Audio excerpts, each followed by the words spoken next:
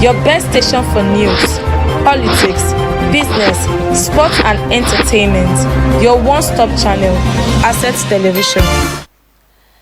Hello and thanks for staying with us on Assets Television. Welcome to the news. I am Eugenia Solomon. First, the headlines. Kebbi State Governor dispatches high-powered team to meet Chief of Defense Staff over new terror group. Governor Zulum approves renovation of schools in Uba Town, Borno State. Plus, Nigeria Labour Congress gives go-ahead for strikes over minimum wage. And now the news in detail. The acting Chief of Army Staff, Lieutenant General Olufemi Oluyede, has visited the 8th Division of the Nigerian Army in Sokoto as part of efforts to combat the new terror group, Lukarawa. The Oluyede ordered the troop to crush the new terror groups, which was reportedly inducing youths in the state into its fold. The defense headquarters had last week identified Lukarawa as a new terror group operating in Kebbi and Sokoto states. The Director of Defense Media Operations, Major General Edward Buba, said the terror group is affiliated with jihad factions in Mali and Niger, raising security concerns in the northwestern region of the country. Speaking with newsmen in the Masallachi community in the Tangaza local government area, Oluyede called on the residents of the community to always give accurate and timely information to the troops to help them in the fight against insecurity. Now, the Kebbi State Governor, Nasser Idris, has dispatched a high-level delegation to the Chief of Defense Staff, CDS, General Christopher Musa, to address the rising threat of a new Islamic sect, Lukarawa, whose recent attacks have claimed 15 lives in the state. In a statement signed by the Chief Press Secretary to the Governor, Ahmad Idris, the delegation led by former Kebbi Governor and Minister of Economic Planning, Senator Atiku Bagudu, included Senator Bala Ibn Na'Allah, APC National Organizing Secretary Suleiman Argungu, and former Chair Commissioner of Justice and Attorney General of the state, Barrister Nasiru Jungu. During the visit, the minister emphasized the urgency of military intervention to end the security crisis impacting both Kebbi and the wider region. He expressed gratitude to the military and security agencies for their ongoing support in addressing the state's challenges.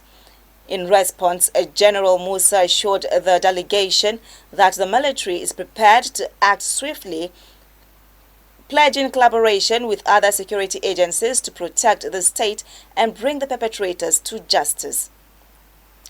Similarly, the Arewa Consultative Forum, ACF, has called for urgent action by the Nigerian military to subjugate and decapitate the Lukarawa terror group that is terrorizing residents of Sokoto and Kebbi State in the northwest zone with all the human and material arsenals at their disposal without hesitation.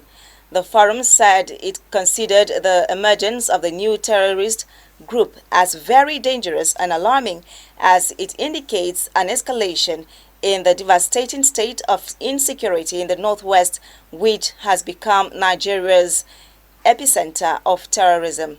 In a statement by its National Publicity Secretary, Professor Tukur Muhammad Baba, the forum noted that the emergence of the Lukarawa terror gang in the northwest zone raises serious concern and has further grave challenge to national security interest.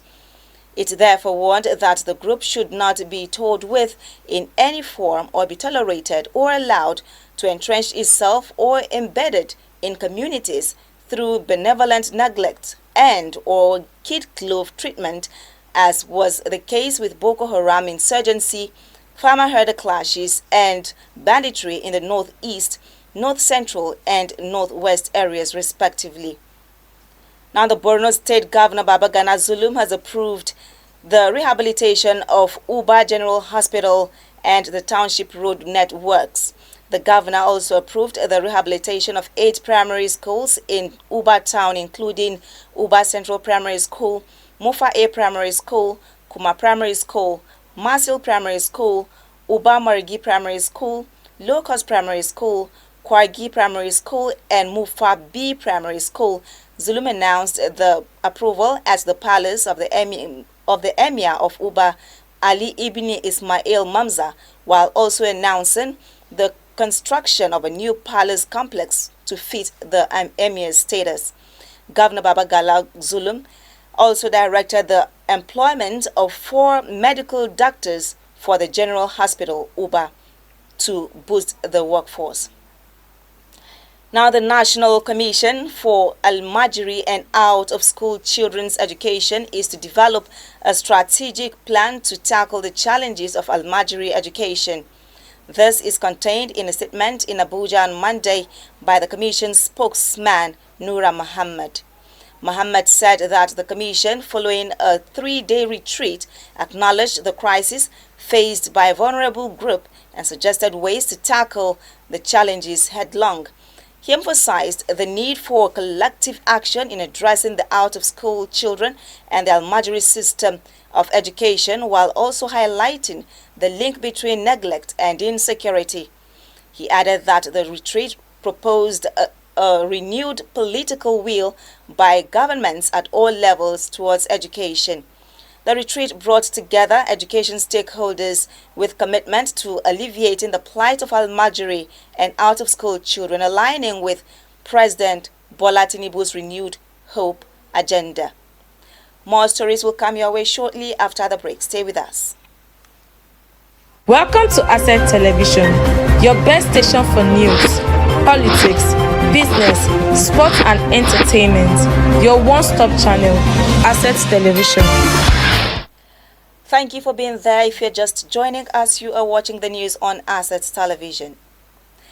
Now, the Transmission Company of Nigeria, TCN, has expressed deep concern over the rising number of cases of vandalism targeting transmission lines and towers, warning that this trend is severely disrupting the nation's power grid and infrastructure.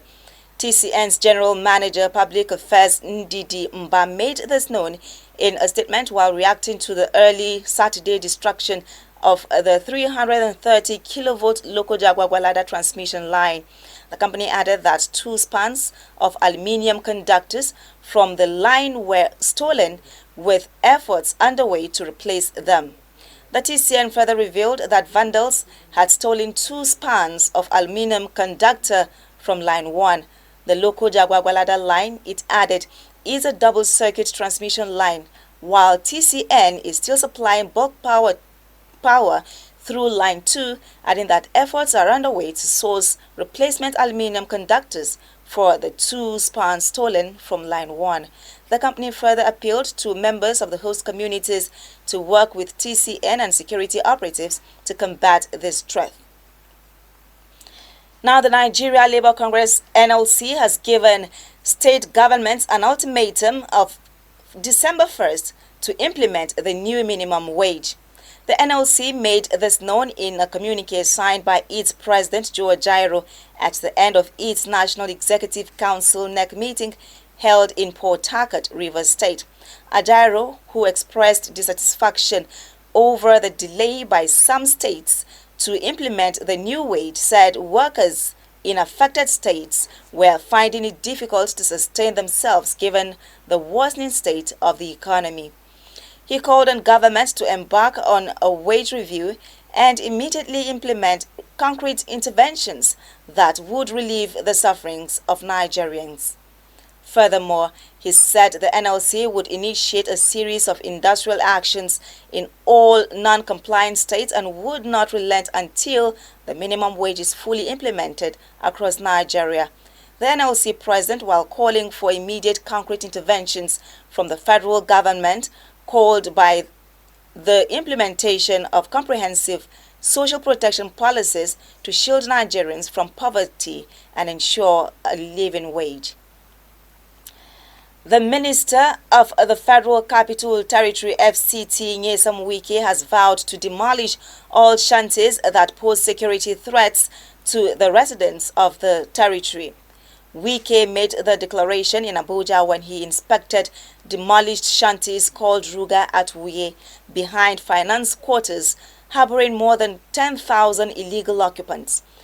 A ministerial task force named Operation Sweep had been demolishing illegal settlements across the city. However, the settlement named by the occupants as Ruga was demolished on November 5th. The illegal occupants, with support from some civil society organizations, CSOs, protested on Friday. The occupants during the protest called for the minister's sack for demolishing their settlements, claiming it was built by their forefathers.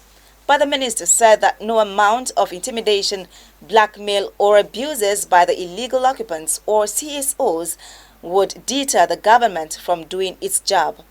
Wike warned the illegal occupants against rebuilding any structure in the demolished area, saying the FCT administration has a responsibility of protecting the lives and properties of all residents.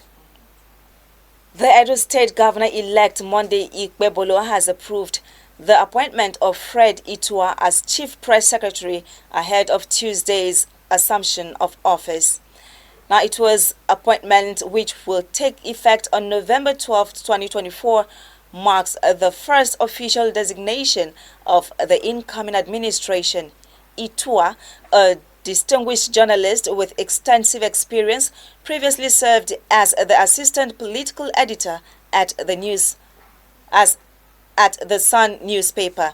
As an accomplished writer, journalist, and media and communications consultant with over 13 years for expertise in covering diverse and critical issues from humanitarian crisis to national governance, anchoring Inside the Red Chamber, an online television program, and co-hosting the radio show Bottom Line, Itua brought a dynamic presence and a well-rounded understanding of media to every role.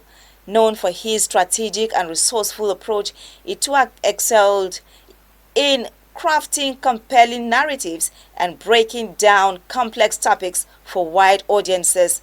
With extensive experience covering the National Assembly, migration issues, health, anti-corruption, and environmental concerns, Fred possesses a deep insight into national and international affairs.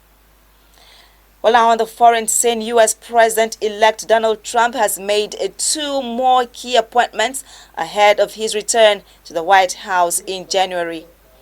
Tom Homan, 62, will serve as Trump's border czar, having previously served as the returning president's acting director of Immigration and Customs Enforcement. New York Congresswoman Elise Stefanik, 40, has also been made ambassador to the United Nations, the BBC's U.S. partner CBS News has confirmed. Meanwhile, Trump's Republican Party are edging closer to full control of the U.S. Congress. They already have a majority in the Senate and need to win just a handful of seats to take the House of Representatives. A party needs 218 seats to win a House majority. The Republicans have 215 compared to the rival Democrats' 210, according to CBS. Control of the House gives a party the power to initiate spending legislation and launch impeachment proceedings against officials. And in sports, the AMAC chairman Christopher Zaka Maikalungu has expressed his gratitude for the success of the Maikalungu Cup 2024, applauding the participants' peaceful conduct and commending the team's performances.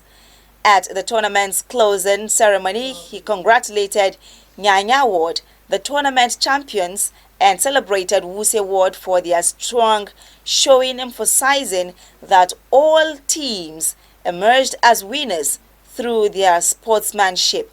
Maikalungu recognized the contributions of the AMAC youth, praising their respectful behavior and underscoring the importance of peaceful participation. He also lauded the organizers and players sharing his vision of using sports to empower youths.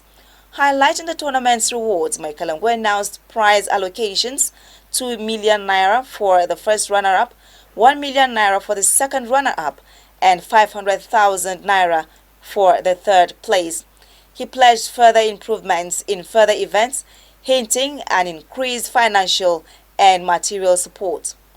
With that sports story, we end the news. Don't forget to follow us on all our social media platforms for more updates and programs. On behalf of the entire news crew, I am Eugenia Solomon, thanking you all for watching. Good evening. Welcome to Asset Television, your best station for news, politics, business, sports and entertainment. Your one-stop channel, Asset Television.